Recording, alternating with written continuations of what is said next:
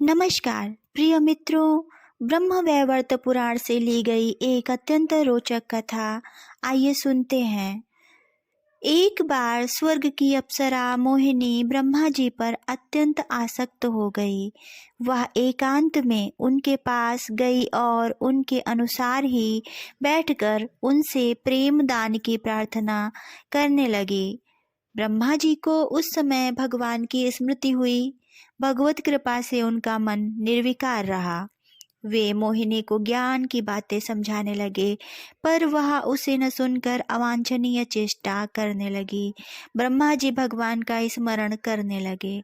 तब तक सप्तर्षिगण सनकादिक के साथ वहां पहुंच गए, पर दुर्दैववश अब ब्रह्मा जी को अपने क्रिया, भक्ति तथा शक्ति का गर्व हो गया था। ऋषियों ने जब मोहिनी के साथ एक आसन पर बैठने का कारण पूछा, तब ब्रह्मा जी ने गर्वपूर्वक हंसकर कहा, यह नाचते नाचते थक कर पुत्री के भाव से मेरे पास बैठ गई है। ऋषि लोग समझ गए और थोड़ी देर बाद हंसते हुए चले गए। अब मोहिनी का क्रोध जागृत हुआ। उसने शाप दे दिया, तुम्हें अपनी निष्कामता का गर्व है और मुझ शरणागत का तुमने उपहास किया है, इसलिए संसार में ना तो तुम्हारी कहीं पूजा होगी और न तुम्हारा यह गर्व ही रहेगा। फिर वह तुरंत वहां से चलती बनी। अब ब्रह्मा जी को अपनी भूल का पता चला।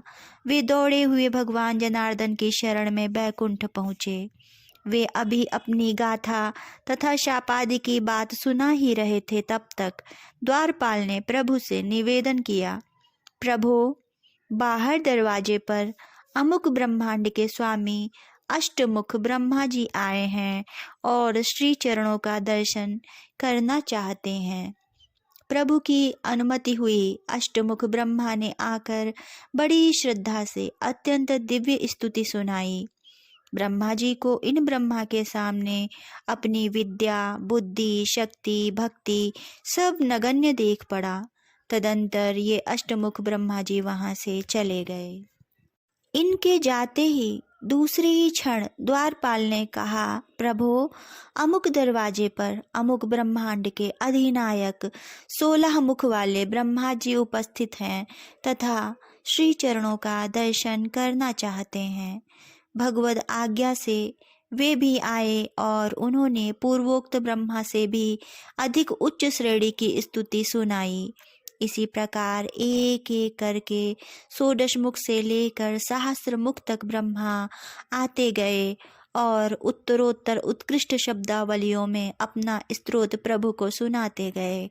उनकी योग्यता और निरभिमानता देखकर अपने को प्रभु के तुल्य ही मानने वाले ब्रह्मा जी का गर्व गलकर पानी पानी हो गया।